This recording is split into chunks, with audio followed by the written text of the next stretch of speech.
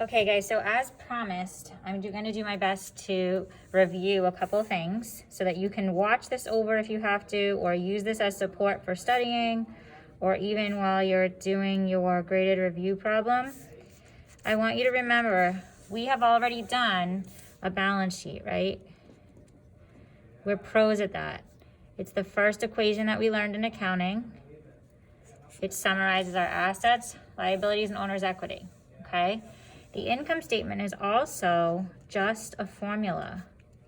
It's revenue, which is really just our sales minus our expenses for now. This will get more complicated as we learn more, equals our net income or loss. So when we put that statement together, we know that the heading is always going to be who, what, and when.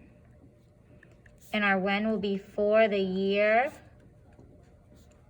ended December 31st, and we always just use the current year. You want to make sure your format is good. You want to center your heading, okay?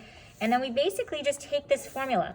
With the balance sheet, we took the formula assets, we listed them. Liabilities, listed them. Owner's equity, listed them. And then showed the total of these assets equals the total of these. So for this, we're going to do the same thing. We're going to have our revenue heading, and then we'll have sales.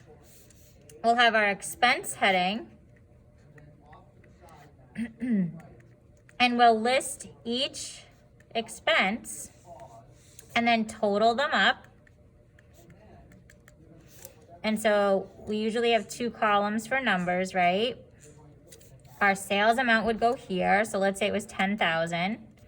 And then if we had an expense for, 1,000 and 2,000 and 3,000, our total expenses would be 6.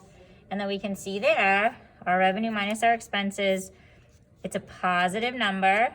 Our revenue exceeded our expenses, so we have a net income. Okay, that's all the income statement is. Now with the statement of cash flows, this one can be tricky. I want you to remember a couple of things. First, only focus on the cash.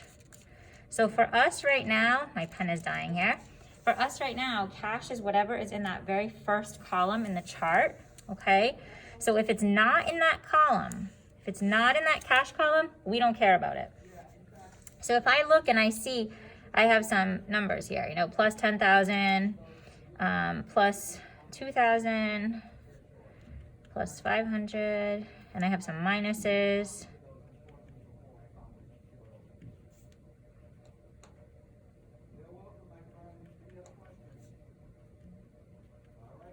Okay, I have some of those numbers all in that cash column. Please don't look at anything else when you're doing the statement of cash flows. That stuff gets used elsewhere, okay? So the first thing I want to do is I have to organize these. So if I realize that this 10,000 was an investment and that this 1,000 was a withdrawal, we said an investment is the only F positive or financing activity we have learned so far. And a withdrawal is the only F negative activity we have learned so far, which means all the rest, because I told you in this class we're not going to get to the investing yet, these must be O's. This is a minus because I spent money. The signs don't change. These are pluses because there are pluses already, and then we keep them that way. So now that's the hard part. So the next thing we do is we set up our heading, which I'm not going to do again because I don't want to make this video excessively long. And each section is the same, right? So I'm going to say cash flow from operating activities. I'm abbreviating here. And I will say cash. We always want the good news first. So cash received and then the cash paid out. From, I'm going to abbreviate again, okay? I'm just out of space. From operating activities. So what I can see over here is that I received 2 and 5. So I've received 2,500 and I've paid out 500. So then that's a positive number, right? So the difference between those two is 2,000 because the receiving is a positive and this is a negative. So that means this is my net flow from operating activities. I'm gonna set up the exact same section. In fact, I could copy this word for word, except I'm gonna change these to financing instead of operating. I was really trying to make this video 5 minutes or less, and I'm already over the 5-minute mark. So doing my best here to keep it close to 6. I'll abbreviate to save a little time.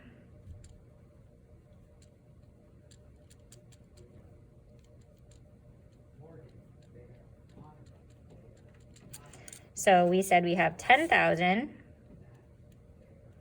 and we have 1,000. So that is going to be our flow from financing. So what you can see is it's the same exact thing twice, just with a different word, okay? That's it. And now I wanna know, what is my overall result? What if there's a positive flow here and a positive flow here? Then I have an increase in cash of $11,000. I don't know if this is gonna get cut off, but the beginning, let's say our beginning cash balance was nothing. So if I have an increase of 11 and the beginning was 0, then my end cash balance is also 11,000. Hopefully this helps.